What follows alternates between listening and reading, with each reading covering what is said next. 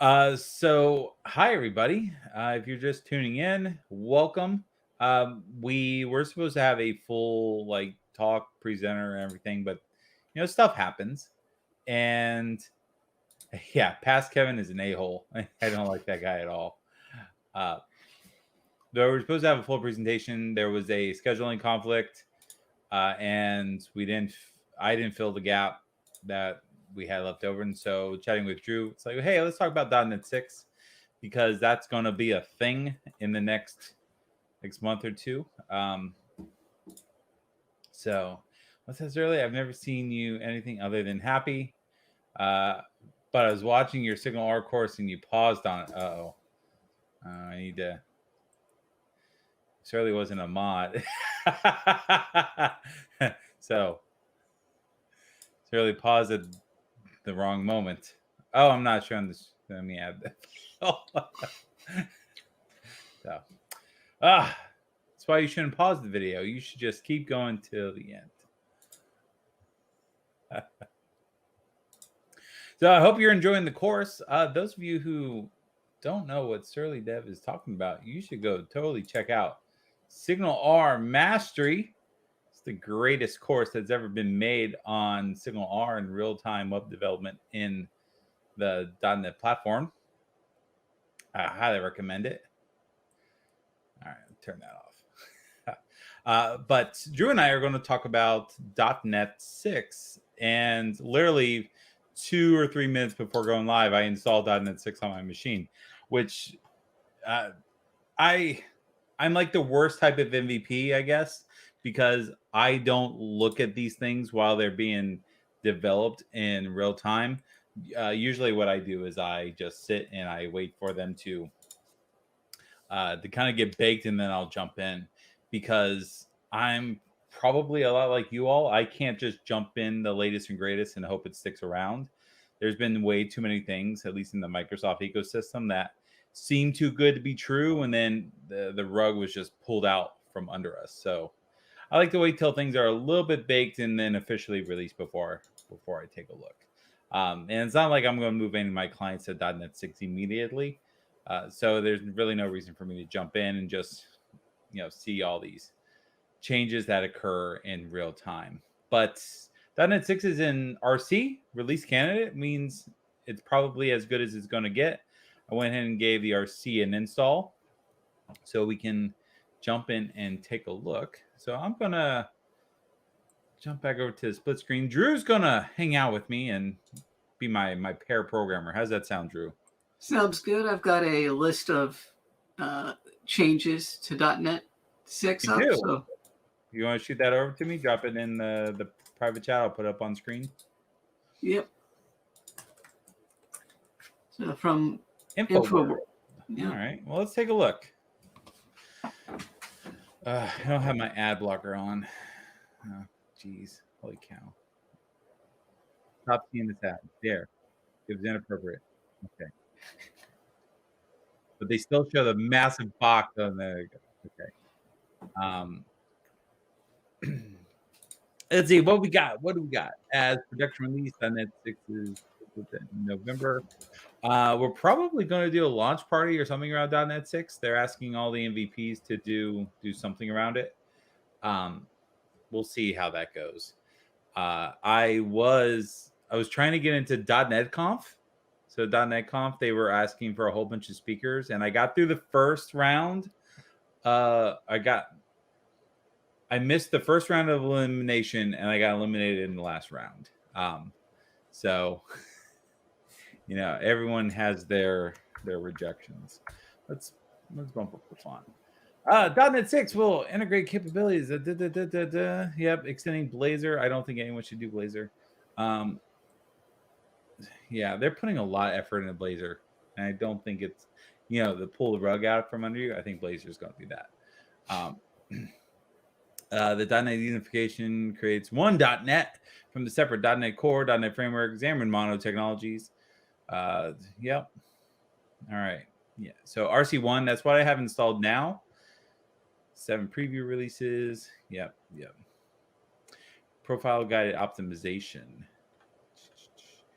PGO can compile startup with higher quality, reduce binary size. Yep. Okay. HTTP 3 previewed in .NET 6 solves functional and performance challenges with the previous versions of HTTP. I think I read that it's only a beta type thing in .NET 6. You have to enable it with a flag. Okay. Gen 2 for ahead of time pre-compilation. Okay. This is W to the power of X. How do you even pronounce that? Write or execute. Write or execute. Okay. Good times. Security mitigation of block attacks by disallowing memory pages to be writable and both. Okay, cool. So let's scroll down.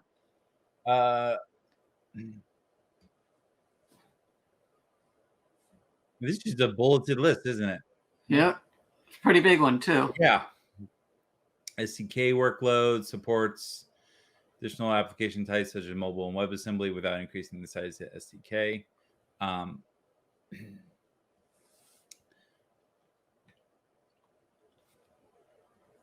Package validation tools enable NuGet. Library developers validate packages that are consistent with form. Okay. Analyzers in Roslyn. Now that's like I always feel like that should be a bigger headline than what they're giving it. The Roslyn stuff built into .NET is amazing, and everyone uses it and doesn't realize it. SDK custom guards enabled for platform compatibility analyzer. Okay. Windows Forms. A default font can be set for the application. Wow. Ooh. I'm still doing Windows Forms, and that's amazing to me. I know some people that hate what is it, the WPF style of XML stuff. Yeah, because WPF, anything XAML based, you have to learn the entire Xamarin, or I'm not Xamarin, XAML like markup language, become a master of it. Trying to design it is easier said than done. And then, whereas like Windows Form, you just click, drag, double click, write your stuff, and you're good to go. Oh man, I'm totally ignoring the chatter here. Sydney Andrews, how are you, sir? I'm good to see you. Sydney, I thought that maybe RC2 at the download site. Maybe I'm misremembering. I don't know, Drew. What did I just install? RC1. I think it was RC2. Okay. I definitely just saw it myself on the download site today. Yep, that's all right. New features C# are always more exciting than SDK. Yeah, I agree. Ancient Coder, good evening. Glad to see you. All right. WebSocket compression library. Yep. So that's good for someone like me who does SignalR with WebSockets. That's an improvement. The one thing I've kind of noticed as the SignalR guy, there's not a lot changing in SignalR for .NET 6. So I don't have to touch my course. And I can go say, it's updated for .NET 6. And everyone's be like, oh, it's brand spanking new. And nothing changed. Source generator is being introduced as part of the text. Source generators look nice. Yeah, I think that's cool stuff. There's your Objective-C interop. Open telemetry metrics API. That's kind of cool because that's going to be useful if you're doing things like application insights or using any sort of telemetry. You should be able to build against a unified contract and then send it wherever you want it to go, or multiple places. All right. This is all kind of boring. Improvements of hot reload, boring. The text.json support for async renewable is like the single hardest thing to use in .NET. I hate using async renewable. The problem is I don't know how to do it from memory. I always have to look up the reference. Writable JSON DOM features, a straightforward and high performance programming model for text.json.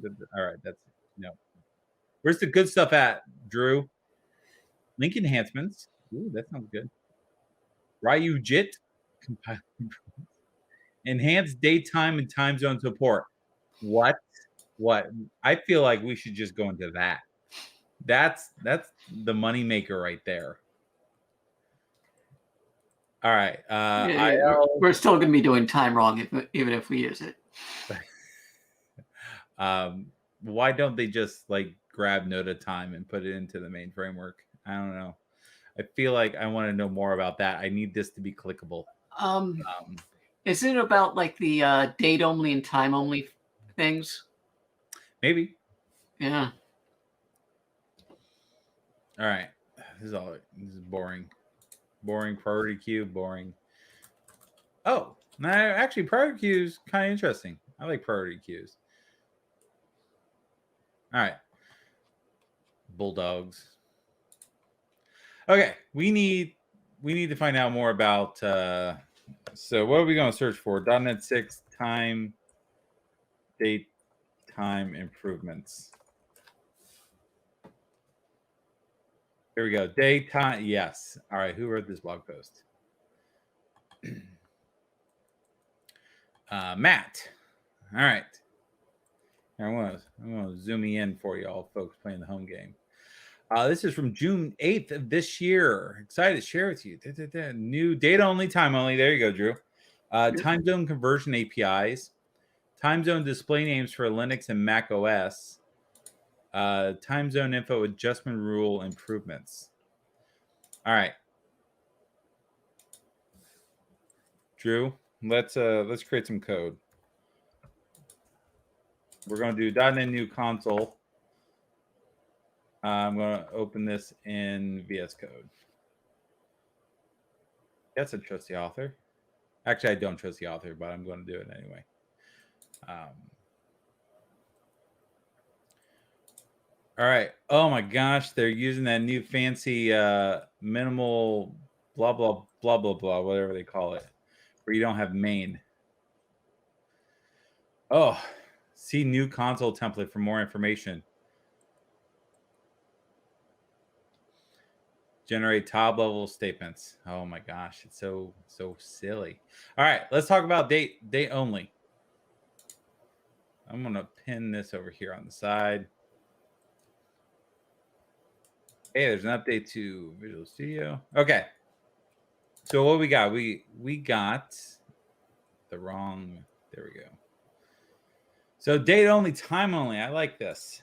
Date only. So I also have GitHub Copilot installed. So it's gonna do some work for me. All right. So if I console right line date only to string, this should basically write out. Okay, write out the date. That's all right. That's interesting. It's super useful. What I want to try now is what if I try to stick that into like a SQL database? Like I need a next part of that. The date only according to the thingamajig. You have add days, months, years, day a week, day number. All right. So they did it. They did the date. Now let's do a time only. Time only. And what are the here? We have hour, minutes, seconds. Okay, that's cool. So then if we did time only and run this, should spit out time. Now I'm going to do something silly. Actually, let's see if they put in there. What if I wanted to combine them together? Wonder if there's a silly, easy way to do that. Date only plus time only. Does that work? No. All right. All right.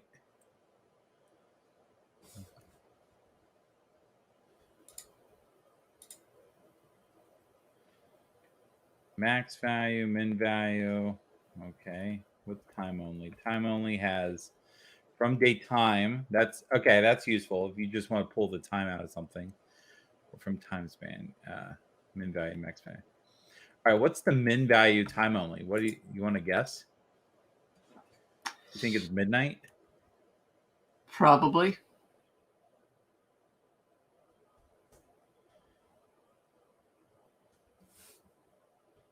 So min, and then we'll do max.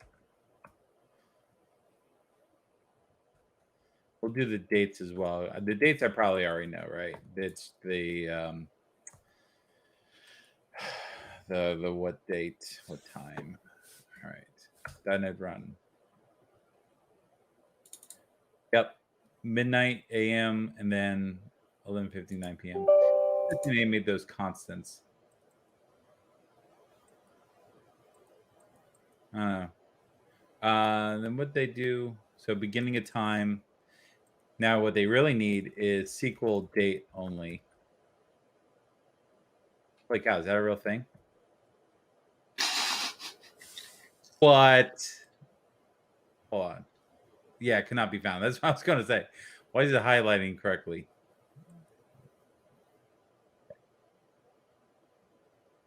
All right, let's go back to the blog post. This is not as interesting as I wanted. It's useful, but I don't think it's very interesting. Time only. I'm in a second. So basically, then they have the date time math. Why are they named only? Naming things is difficult. You gotta love. You gotta love them.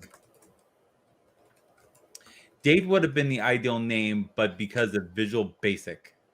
Yeah, Visual Basic is screwing up C#, the Lord's language.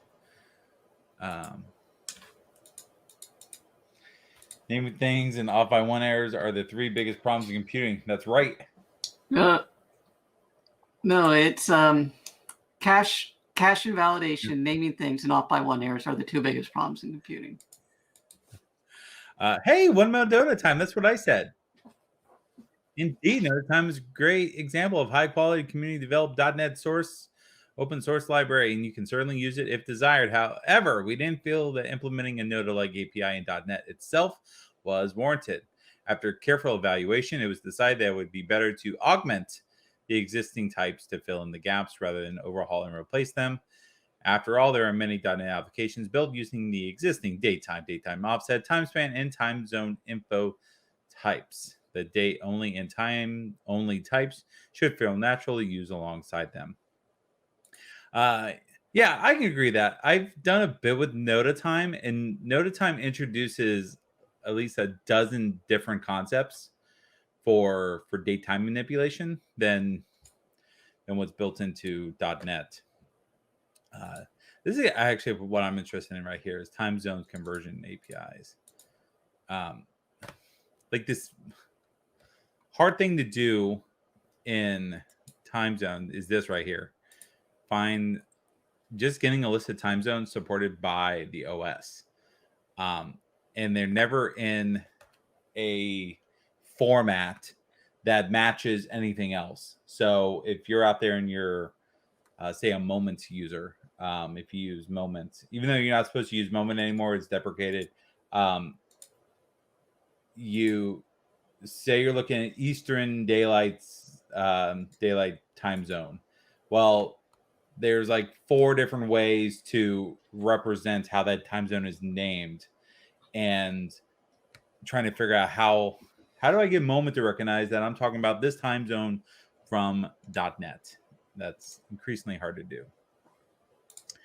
And then actually do the conversion. Starting with this release, the time zone info find time zone by ID method will automatically convert its input to the opposite format if the requested time zone is not found in the system. That means you can now use IANA or Windows time zone IDs on any operating system that has time zone date installed. All right, not useful. Try convert. Oh my gosh, look at that method name.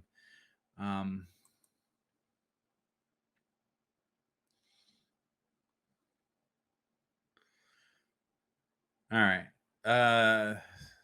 Conversely, perhaps you're needing a Windows time zone identifier. Yep. So I use this often in a couple SQL queries at time zone. Have you ever used that before, Drew, at time zone in SQL Server? I have not. If your SQL, if you're using time zone or datetime offset in SQL Server, what you can do is you can tell SQL Server to do a conversion on your behalf.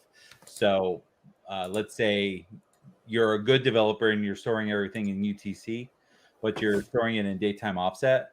You could say, all right, well, select the date, comma, the date in Eastern, comma, the date in Pacific from whatever table.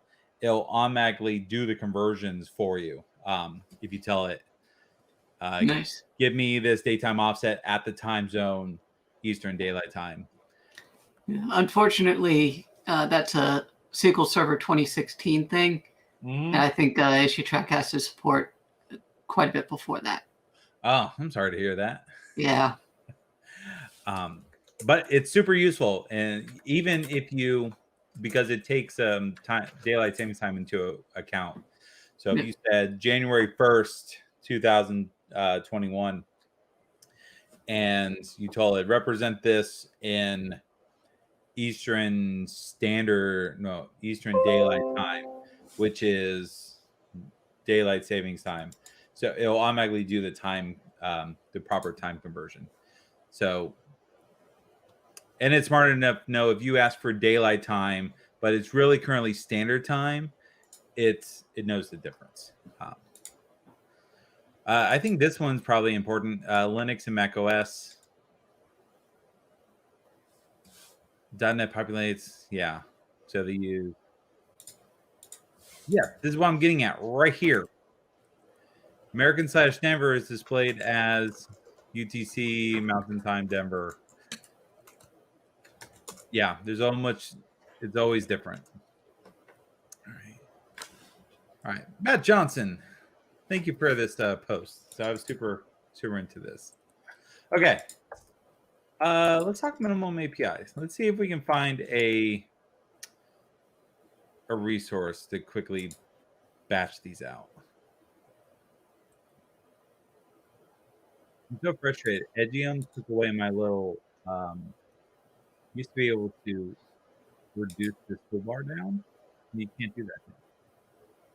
It took away my teeth. What do you mean reduce the toolbar? So they used to have a thing. It was the little double arrow like that, and you could reduce all your extensions down to nothing. You can, I won't say still sort of do it, but you can right click each extension and then hide from toolbar. Yeah, and it puts it in that little puzzle piece on the right. Yeah, I just want everything in there. Right there. Yeah, I want everything in there. See, I don't want to have to do all that work. So frustrated. Damn it, Microsoft. All right, let's find some minimal APIs.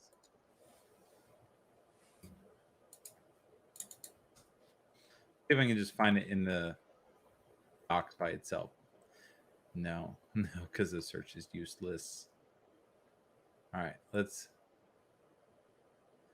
actually try to use the docs without Googling for it. ASP.NET. Nope, wrong ASP.NET. Web API with ASP.NET Core. Is this new? Nope. Quick preview.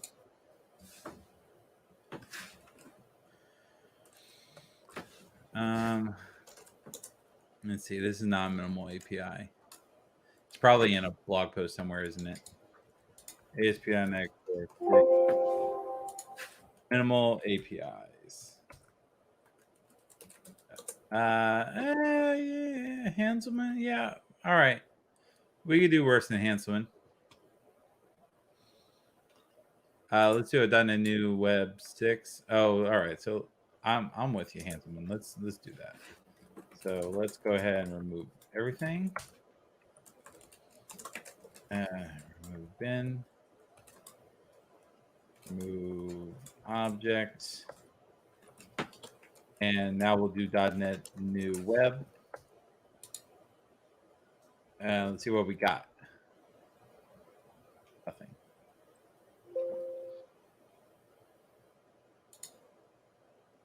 There we go. All right. All right, here we go, Drew. a minimum API. So let's go ahead and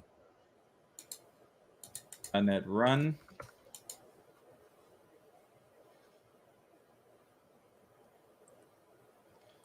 Open the browser, it spits out hello world, everyone's happy. Let's see, what do we have in here? All we have is what's hello. All right, this isn't real IntelliSense. Stop it. Stop it. All right, so if I do map, here we go. All right, there's a bunch of stuff in here. Map. There's basically everything that would be inside of your configure endpoints if you're doing traditional ASP.NET Core. Map when.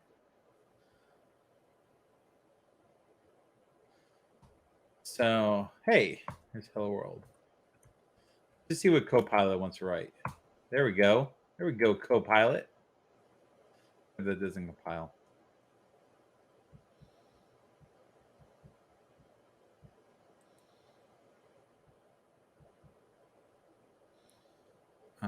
String to, no, it doesn't like that. Why does it not like that? Yeah. It thinks the Lambda should return a yeah.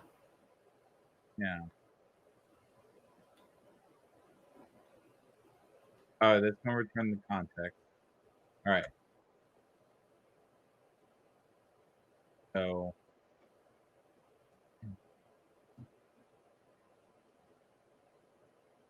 this is why I hate doing larger. You know how to fix this issue? Like this, when you raise your font size, it raises the font size for everything. And it's not useful. Delicate handler. Okay. All right. So all you get in here is the HTTP context. So if you do let's do this.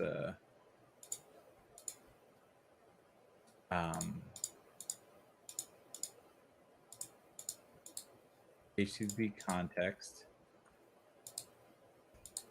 David Fowler is in LinkedIn watching. David, I really don't want you to be watching right now because I've not read a single article about how to use any of this stuff. So I am just going based off of gut feeling and what Drew tells me to do. So, all right. Actually, here I was doing what. Hold on, Copilot. Tell me what to do. So Copilot tells me to write this, and this is not right. I think it's query. That's not the query. That's a. Yeah, I think it wants that whole thing wrapped in a task dot from result. But it shouldn't be from a task dot result. It should just return the value. So I understand what it's. Yeah, it's thinking it should be a task. So. But that doesn't make any sense. I don't understand. So I want that binding. But that's not real. It's not. So request.query, this is trying to pull a query string. At least that's how traditionally it would be, right? Come on. Yeah, there's a query string collection, but that's not a query string. That's a route parameter.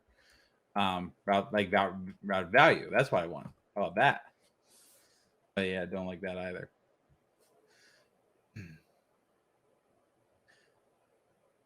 So Drew, you want me to do this? I don't know if I like that, Drew. Oh, I don't think I like that.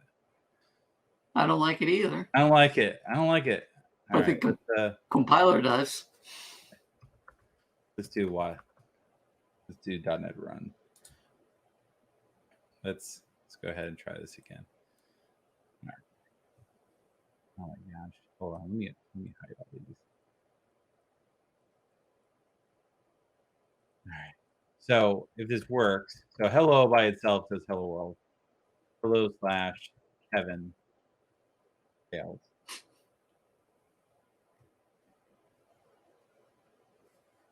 And just fail. Let's see what the devs will say. 200. Nothing.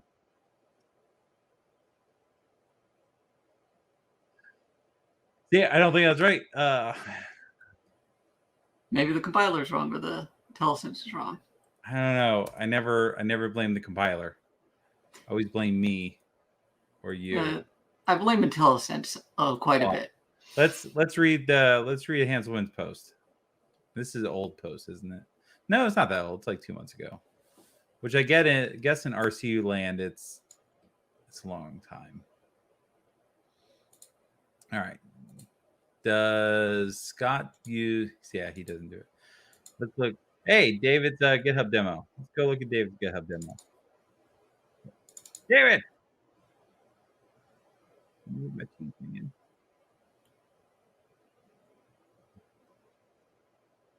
All right. Community stand up, no API. Let's go look. This one exists. Okay. So we should have what we're looking for here. Yeah, he's mapping all that stuff. All right. So map get, he's passing in the context, and then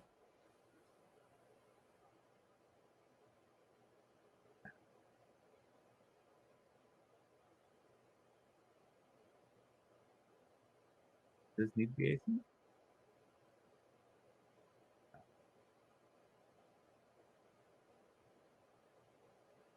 All right.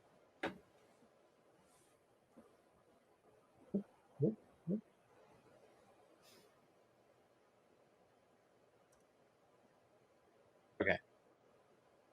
Let's not be the only one going crazy here, right? So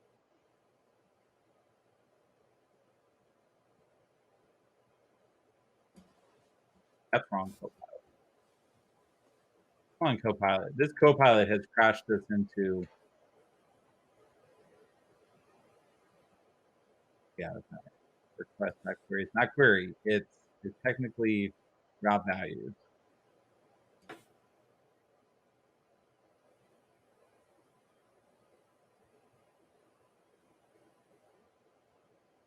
This is why you shouldn't like code. Let me do it. No. Put down. All right, I'm just gonna hit debug the old-fashioned way from the editor. All right, what did we say, Drew? Hello. Hello, Kevin. Kevin. All right, I hit the breakpoint, right? All right, name is Kevin, so it pulled out the route value. That's correct. Content type, yep. And now it's going to write response async, hello, Kevin, which it does. Okay, so that works, but that's ugly. Like, that is super ugly. It's not supposed to be that ugly. It should be this clean. That's how clean I want, like that. What I really want, and what David's example here looks like, is I should be able to bind on ID. That's ideal.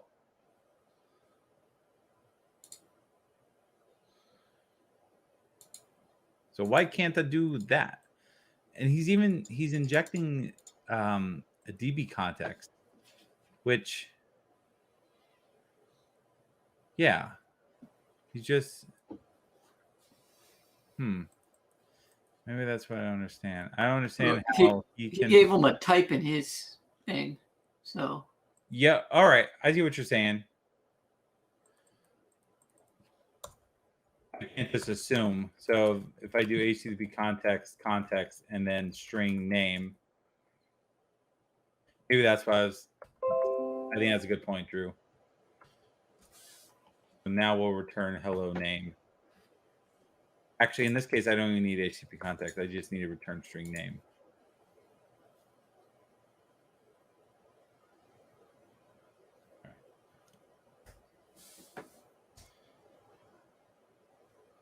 For the home audience, I am goofing around without having read any documentation at all, and I've never used this before. So what we are really doing is we are testing my abilities to understand the works. All right. That was the key. You can't, if you just assume like this. Oh, I lost Scott's example.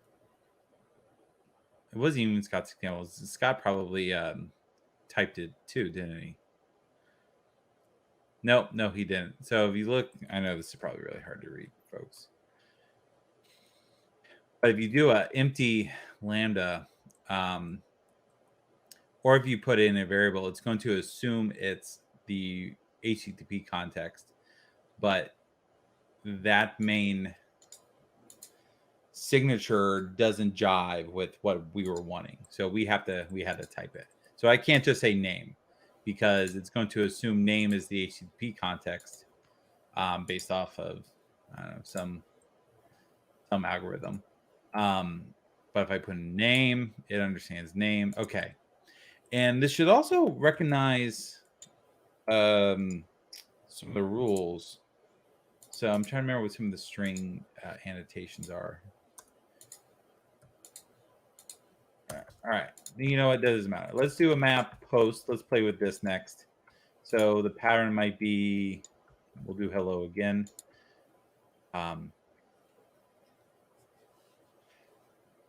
We'll say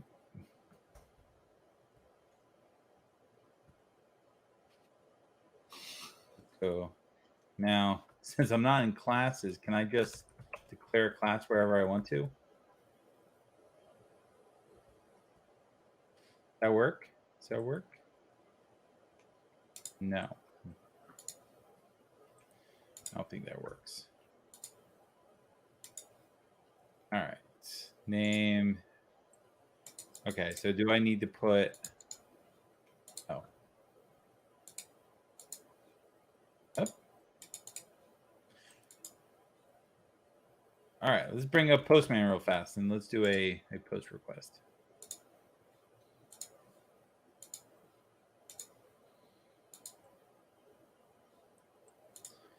All right, and let me close all this stuff I don't need anymore. All right, so everyone playing the home game, we are going to host a local host. We'll go ahead and do a raw JSON body. Say name. Go to Kevin Griffin. And method not allowed.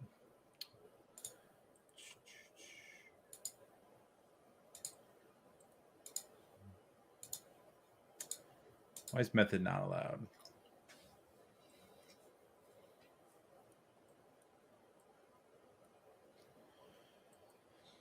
All right. Oh, /hello. It was wrong URL. Drew, where were you, bud? Hello, confused as you were. Huh? You're my co-pilot on this. All right. So that actually worked. That worked the way we expected. So data binding to a full object that's what we were expecting. So what I'm getting from this is you could technically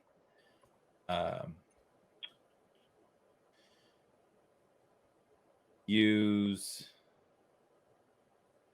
how do you set up your services dot add transient. So we'll set up date time service. Okay. Let's create a date time service down here.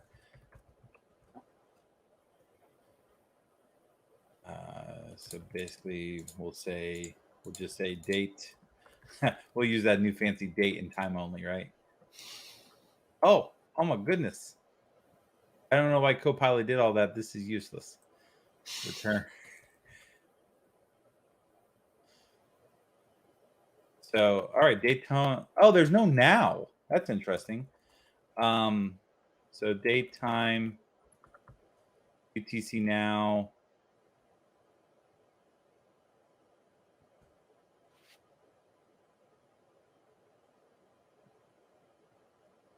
There's no date only. That's weird. Okay, so can you do date only dot from date time?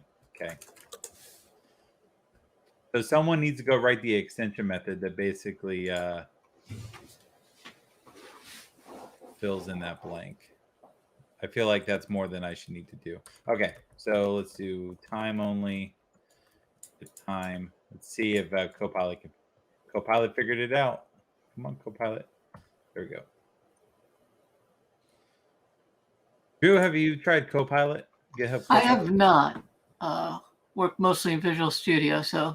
Okay, it's scary good. It's scary good when it's good. It's scary bad when it's bad. So check this out. You could say, let's put a comment in here. Tell it.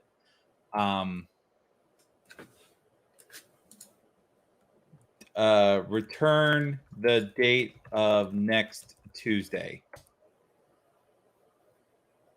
All right. You see this? See that? Boom, boom, boom. Like I didn't even have to write that. I just had to will it into existence, and it's willed into existence. Let's check this logic real fast. So get now. Add days 7 minus whatever the current day of the week is.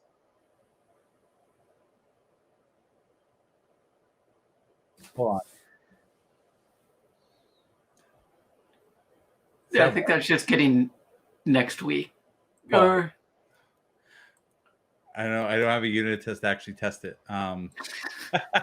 It's like, wait. Get next Tuesday. Hold on. Let's do this. I'm sorry. Return the date of next Wednesday.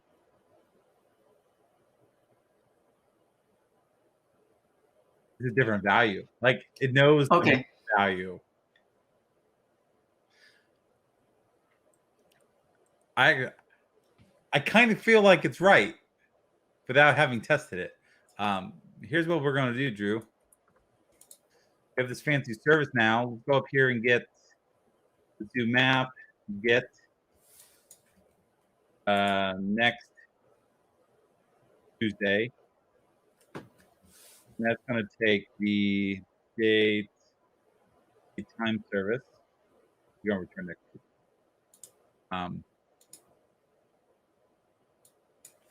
Oh, it's not because it's not even smart enough to figure out my own code. Okay. All right, that's going to return reload successful next Tuesday. Did I do that right? Hard reload changes succeeded. Okay. All right, I broke something. Figure out what I broke, Drew. All right. Slash. Whoa. Deserialization of date-only instances is not supported.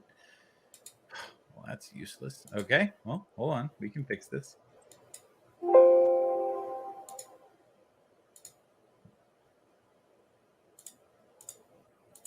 If we wrap it in a string, that should work, right?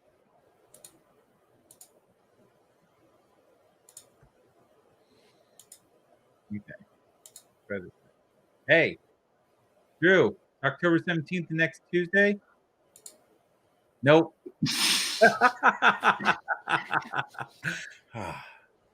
So close. All right. I'm interested in his logic. So add days. So if today is, we're sitting here debugging. Oh, so chat's telling me it was wrong to begin with. I wasn't paying attention. So it need to be 5, I think. Maybe.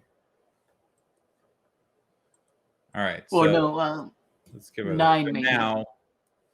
Now day of week is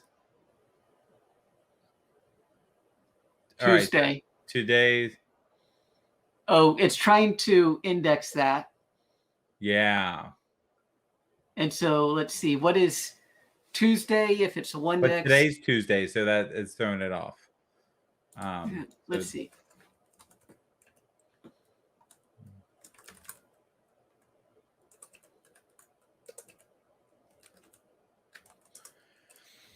Let me do my watch on that.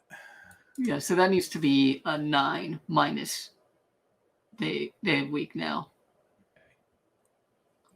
Saying 9. Yeah. All right. Save. Oh, let me do a full restart. All right. Let's give this a rerun. Okay, Drew. Moment of truth. So that's right. It's right for today. But would it be right for tomorrow? See, this is why you have to have a unit test, right? Yes. Abstract everything, because yep. now you have to write a unit test platform to say, well, what if I pass in a Wednesday and I ask for the next Tuesday? Can GitHub Copilot give you your unit test for you? I don't know. I don't know if it's that smart. Let's see. Unit test for daytime. Hold up. If you just hit enter and wait.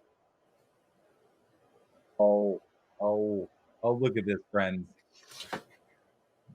Test, get date, test, get time, test, get next Tuesday. That's actually not too bad.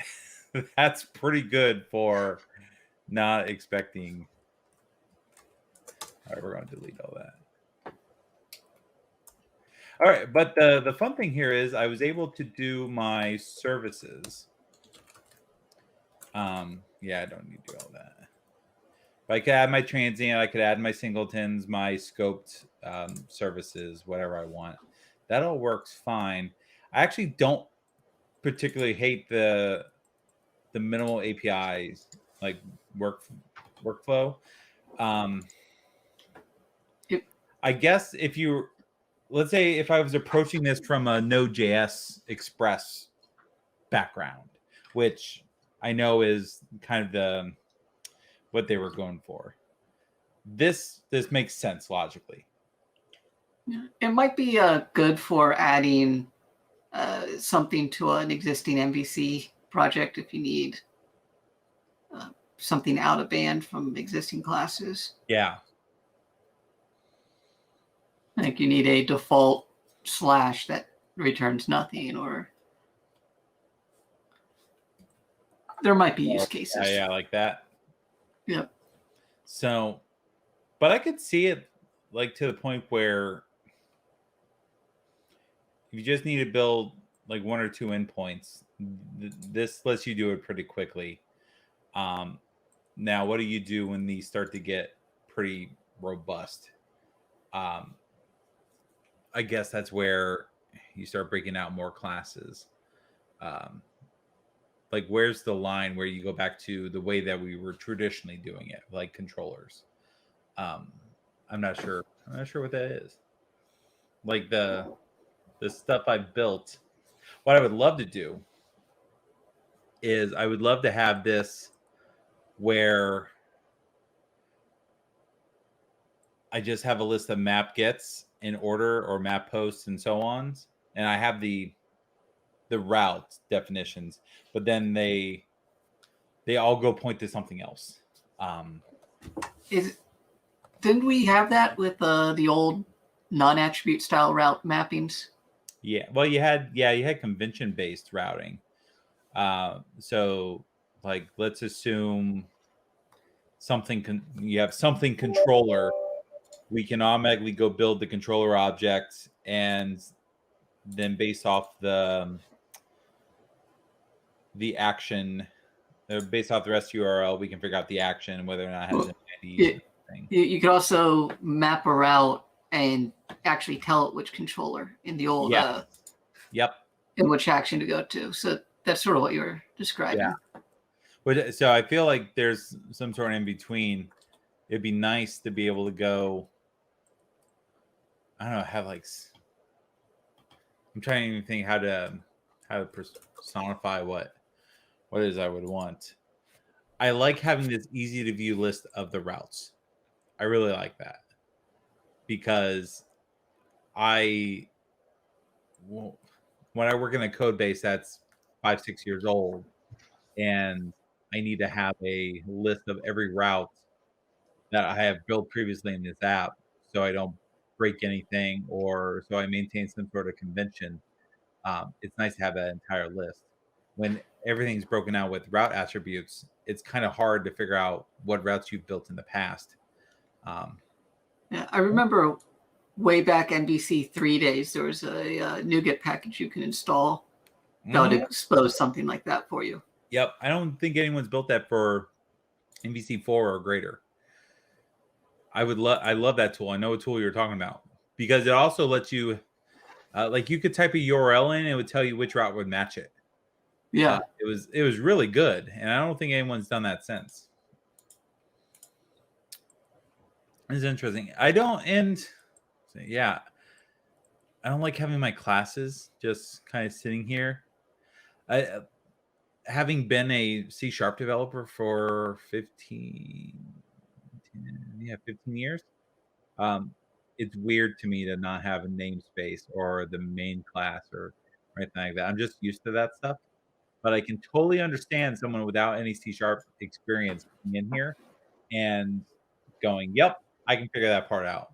Because now I don't have to tell you what a namespace is. I don't have to tell you what a class is technically. I just need to tell you, all right, this is how we build a web application and define a URL, a route. And then it does something. Does this do... Now, this is supposed to do JSON serialization too. So let's say mapkit. Well, if you change your hello object to just return the post one down below. Oh, let me just do that. Oh, no, just say new.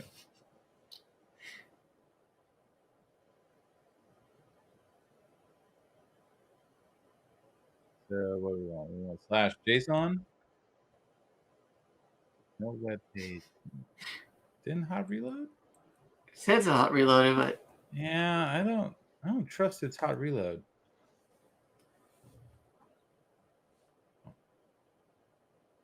Yep. All right, went through that time. Okay, that's exactly what I want.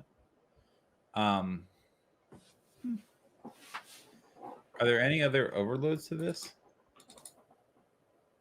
Oh, yeah. Copilot just added the type. Is that what I wanted? There's either no IntelliSense or it's bad. All right, here's what I want to test. It'll return it as XML. Oh, yes, reload my app. Oh, no overload for mapkit takes 3 arguments. Well, then why did Copilot tell me it did?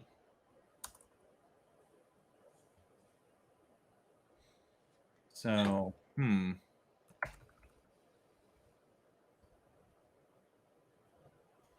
let's go ahead.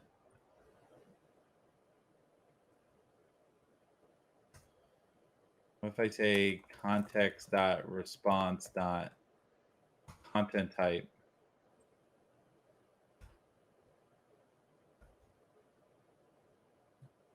It's probably not going to work. Yeah, so return JSON. You know what? And it's probably also returning JSON as where's my response? Oh, let's restart.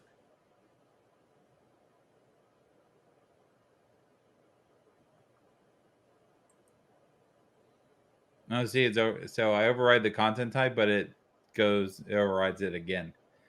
It says, Kevin, no, you're wrong. All right. Well, hold on. So we can get a little smarter with this.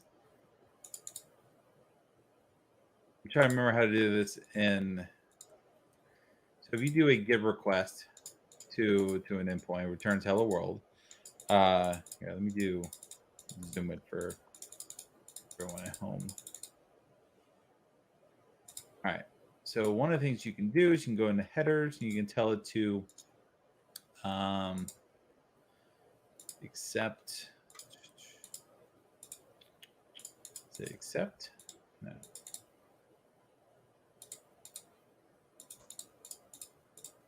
Where are you?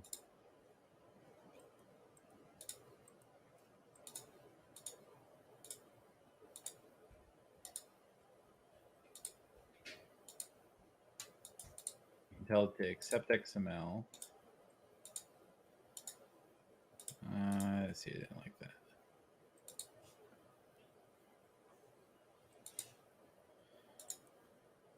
Content type application XML. No. I don't remember how to do that demo. There's a in Core 3.1, in Core 5, you can tell ASP.NET to basically give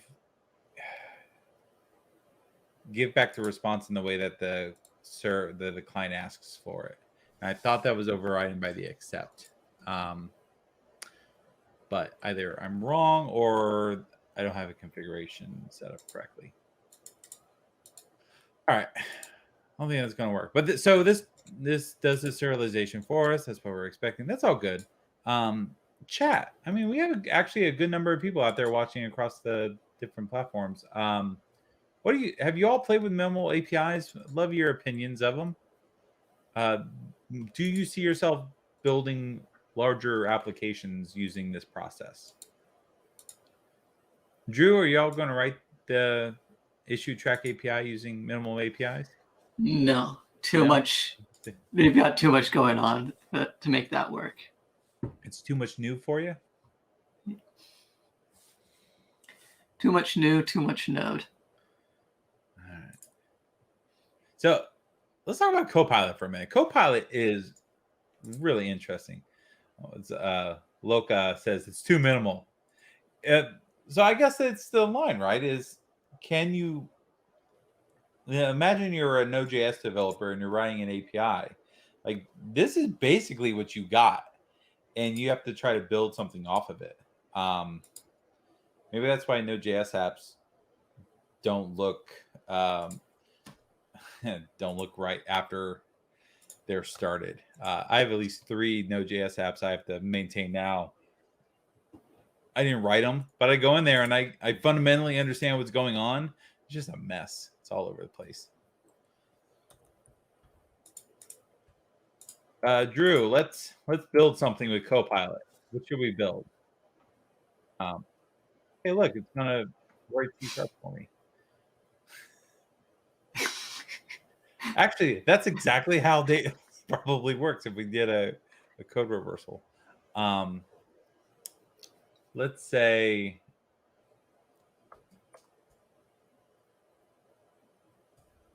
you can write all from comments. So let's say calculate number of. All right. Well, Copilot wants me to write this function: days between 2 dates.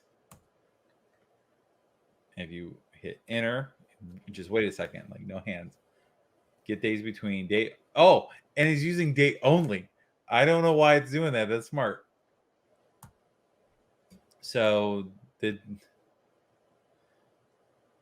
why is it? See, this is dumb. Why would it convert them to date times when and it won't let you do that? Like date only doesn't have a. Oh yes, it does.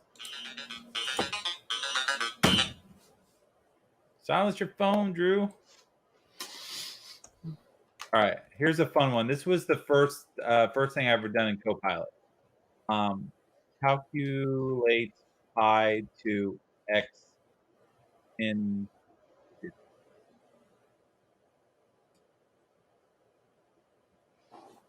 I have no idea if that's right. Pi. All right, here's what we do though. So we're in our datetime service, right? Say map get pi to places, and we'll pass in datetime service. No. Oh my gosh. And we're going to return.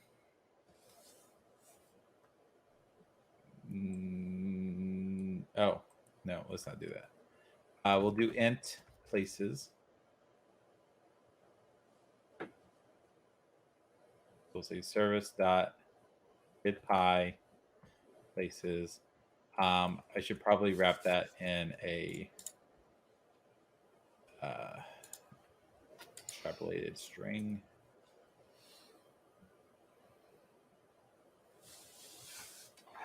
Okay. Oh. Rerun it, Drew. Let's see what happens. It's the magic. So what did we say? Pi to 5 places. That's not right. Not right at all. So it's off by a little bit, right? Hold on. It's got the first number right. That's not right. I think this is the number of approximations, not the number of places. Yes, digital drummer, we are playing horseshoes, apparently. All right.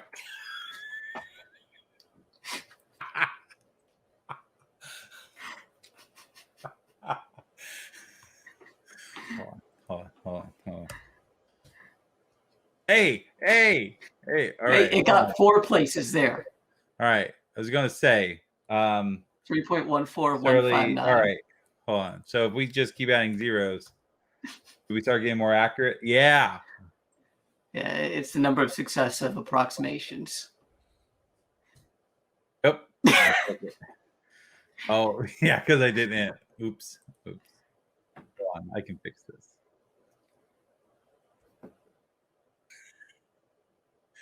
So refactor. Long.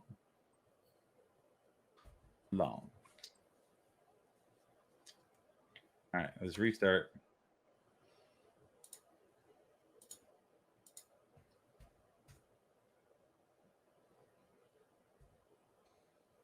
Yep, too much.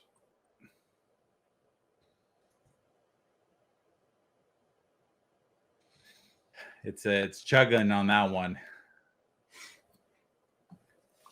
There we go. So 3.1415 926. Oh, yeah. And that's where it breaks off.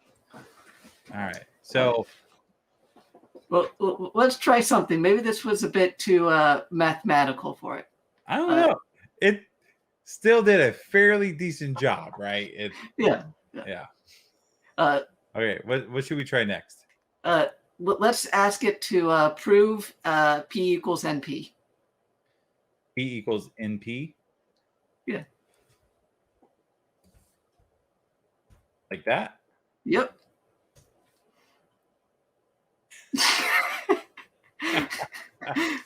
Wait. Hold up. This is way more accurate than that other algorithm. Hold up. This is like a way better algorithm. What? Except it would fail if places was more than however. That's wow. Okay. Drew, I don't think your comment works. No. How about this? Print tic-tac-toe board. Hold up.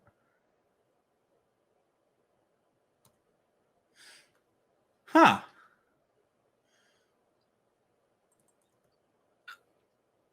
Oh, it doesn't like. Why doesn't that look select? Does not. Am I just missing a using? Yeah, it looks like you're missing link. So you're not supposed. There's supposed to be like implied usings now, or global usings. Is that what they call them? Would it be system.link? Yeah. Does that get rid of my error? String star. It's not containing a definition for. Weird. It doesn't like select on the double. All right.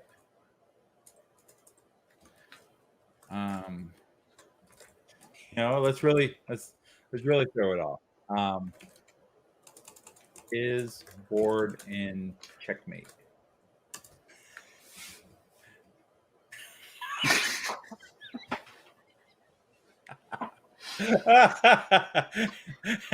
This is Copilot saying F you. What's the classic FizzBuzz algorithm? Want to try and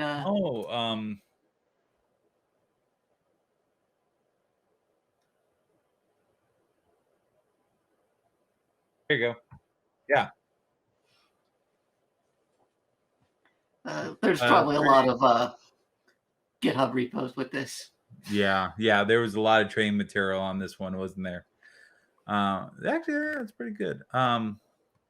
So you know what? That's not a bad use case of Copilot. It's testing is string a palindrome. Yes, that's exactly how you solve that problem in .NET. Yep. We should hire Copilot. That's perfect. Just don't make it do math. Yeah.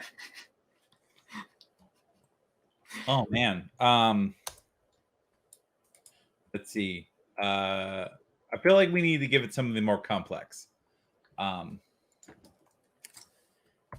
Does the string have a curse word?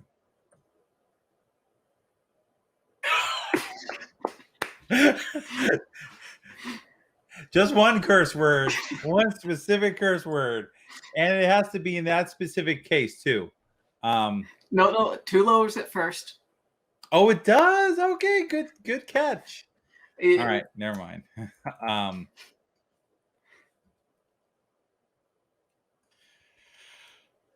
Oh man, I'm throwing off Copilot. Copilot is learning how I code now. It's like it's going to give me all these weird. Does this string contain JavaScript?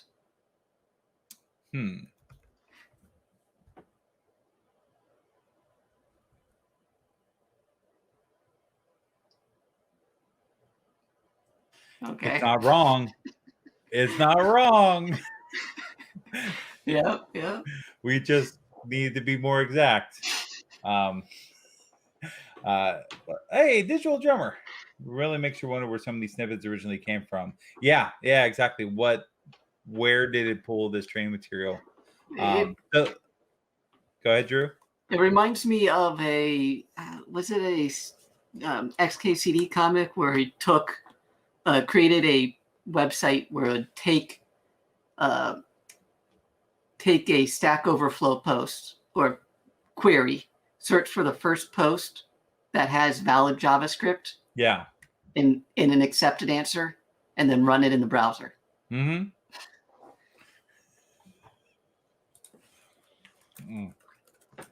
Drew, do you think this is correct?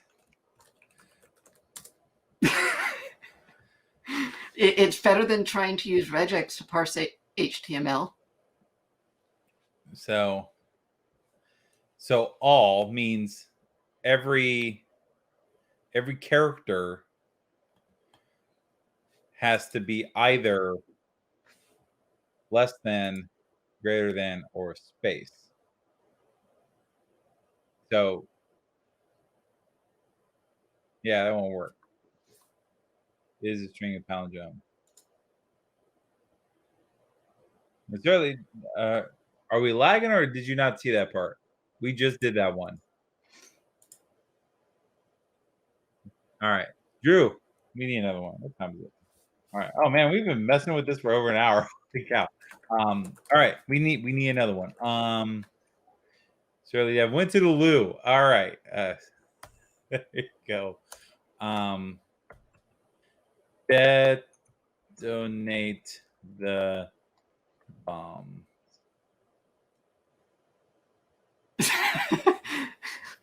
All right. That's F plus places. But I forgot what's F formatter. Wait, then it doesn't work as a formatter in this case. It's just F. What? I don't know. All right. Calculate how much would a woodchuck hit? Well, woodchuck would. Okay.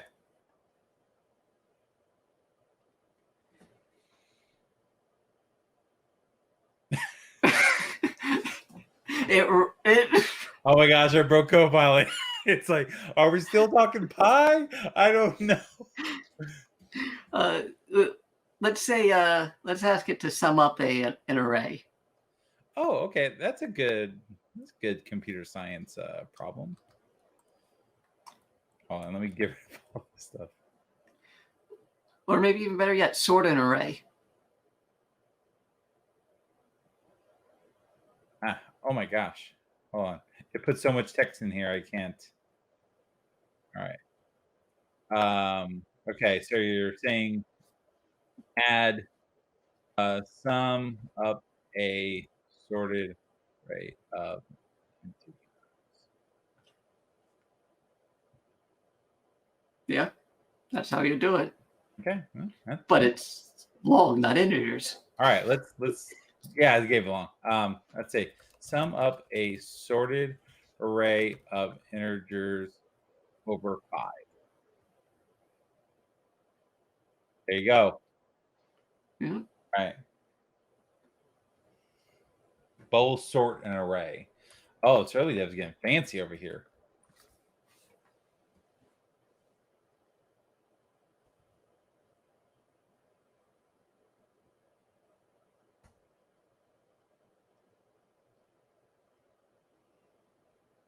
Hey, I got pretty fancy, right?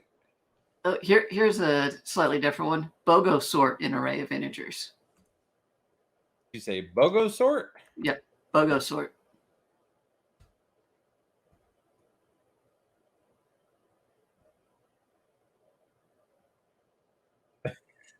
So somewhere there's a code base where there's a method called isSorted. That's no BOGO sort. There's no randomness. All right. If you're not familiar with BOGO sort, randomly sort the array and then check if it's sorted. It is the slowest of sorts. What's another type of sort? Bubble sort. There's what? Merge sort. Merge sort.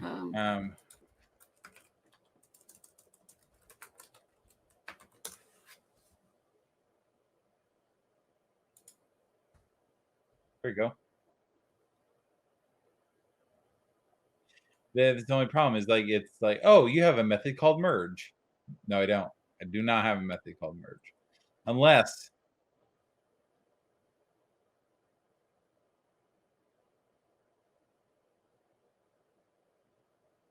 maybe merge two arrays. Oh! It went to spit something out, and I was too quick.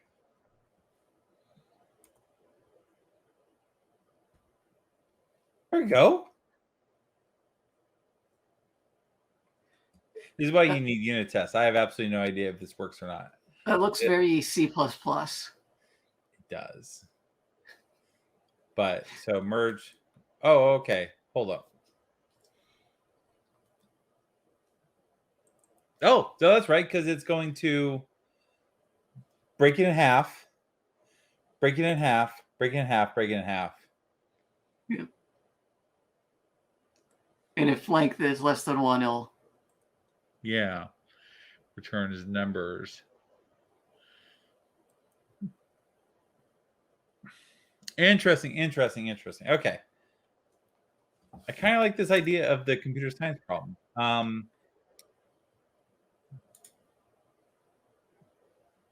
Something more complicated.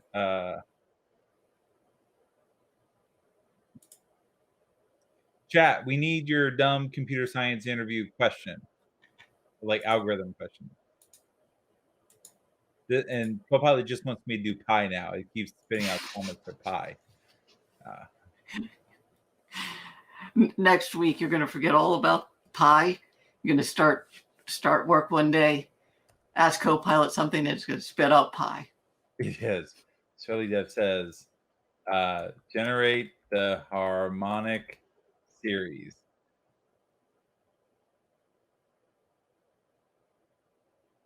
Maybe. Hold on. So sum 0. All right. Just 1 divided by I. Is that the harmonic series?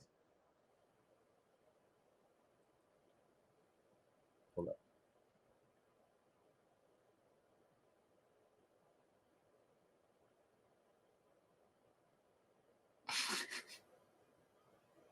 Oh, that's not what I wanted.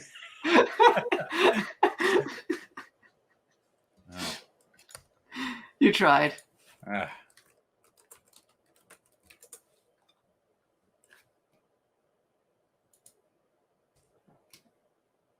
No, the harmonic series. Yeah, actually, that is right, because it's 1 plus a half plus a third plus a fourth plus a fifth.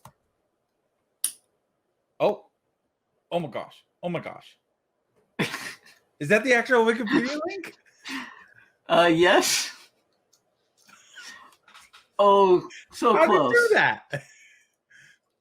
Hold up. All right. Wait. HTTP client. Get async. All right. So that's HTML. Read as a string. Content. Index of span. India headline. Some formula. Hold up. Is there a sum formula? I don't see one. Oh man. Oh, so this sum formula is useless. So let's say mathematics. Is there some formula in here? No. It probably works on certain Wikipedia articles. Hold on.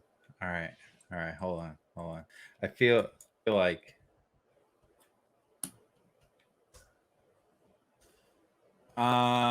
let's see.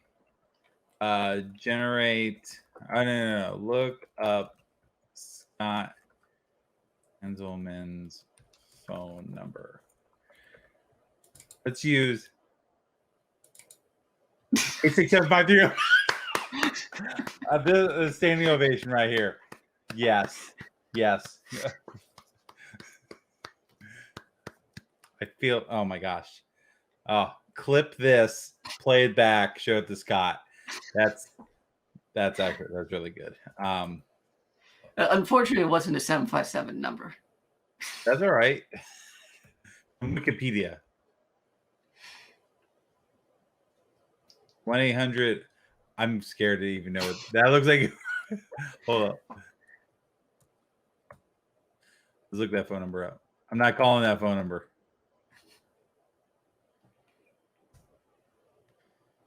National Suicide Prevention.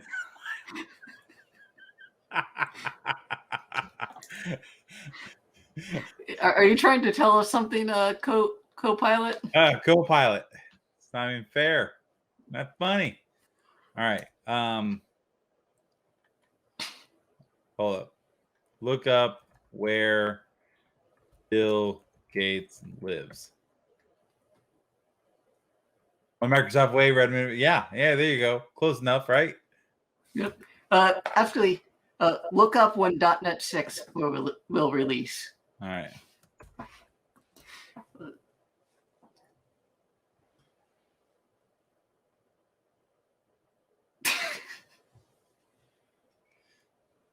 (10 2016). That's not right. All right. It's kind of scary how it's coming up with some of the stuff. And all right. Shirley Dev did a clip. Help me stalk Scott Hanselman. That's not true at all. I love you, Scott. Generate the Fibonacci series. Look. It's I didn't even ask it that. It's just figuring this out on its own. Which this one's easy. Yep, that looks right. All right. I don't know what.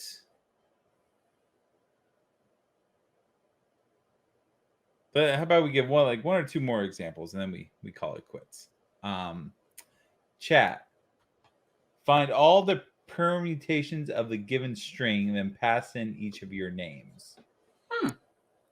Okay. Well, find all the permutations of a string. That looks appropriate. That's a long list. So it returns an array. Okay. Well, here, let's go back up here to the top.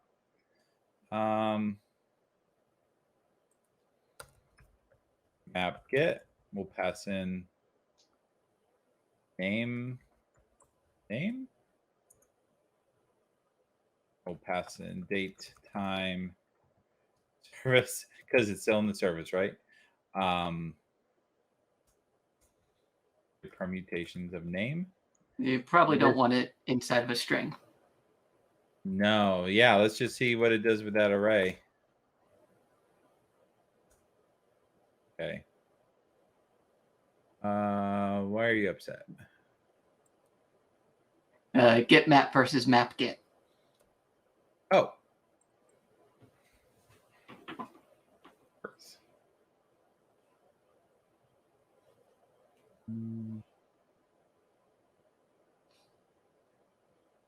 Oh, that's I've broken some stuff.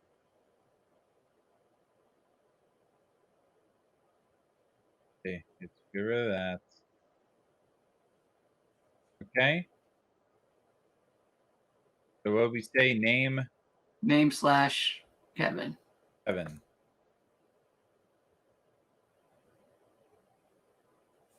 That's kind of cool.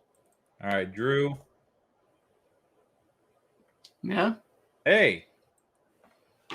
That's pretty cool.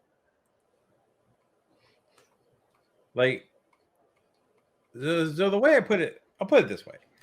If I had to write this code correctly the first time, like just left my own knowledge base in here, would not get that right. I would screw that up a couple different ways. Or I'd have to sit down and actually write out the algorithm. Go, okay, well, I need to start with the... Let's try Surly Dev, since he suggested it. Oh, Surly Dev. Okay. Yes. I'll take a...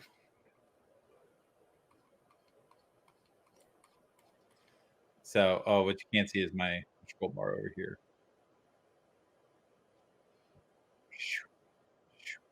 That's a lot.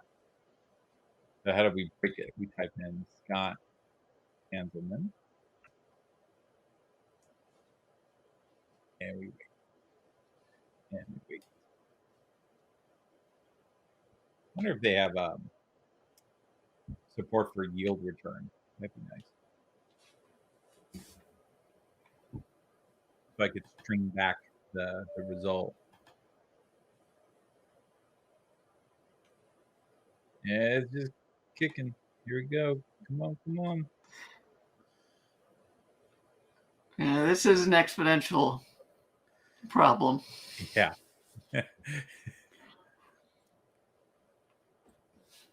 Oh, any moment now. Come on.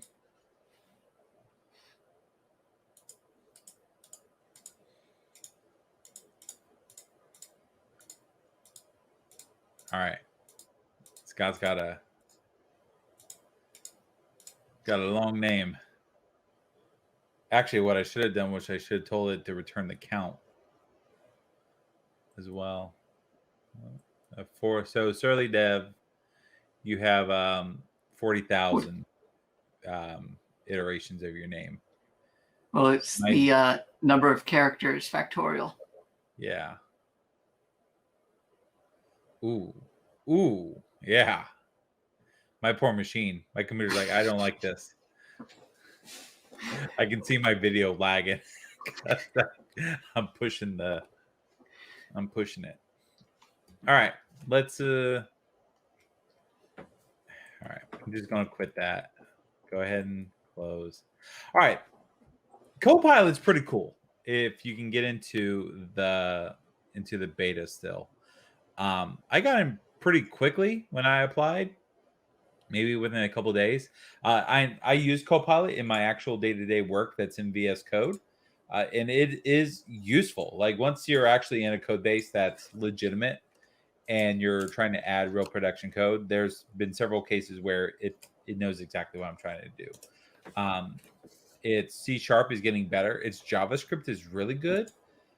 It's amazing inside of my Vue.js components because it almost knows exactly what I'm trying to do.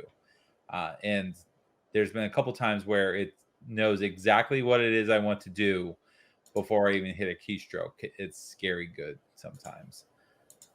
But that was fun. Drew, thank you for hanging out with me. Yeah. In the absence of an actual speaker to come drop some knowledge, we can just play around with Copilot, right? Let's see what Copilot can do and take suggestions from the chat.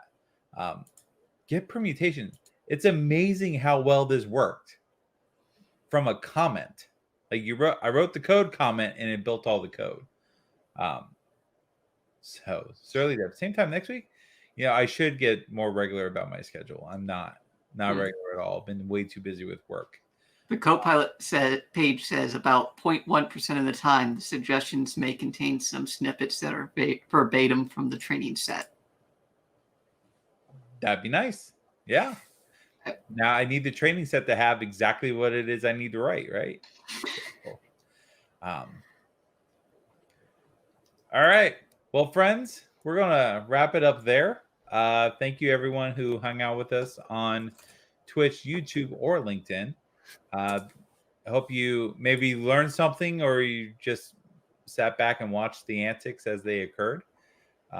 But we'll hang out with you for the Hampton Roads .NET Users Group again the second Tuesday of next month.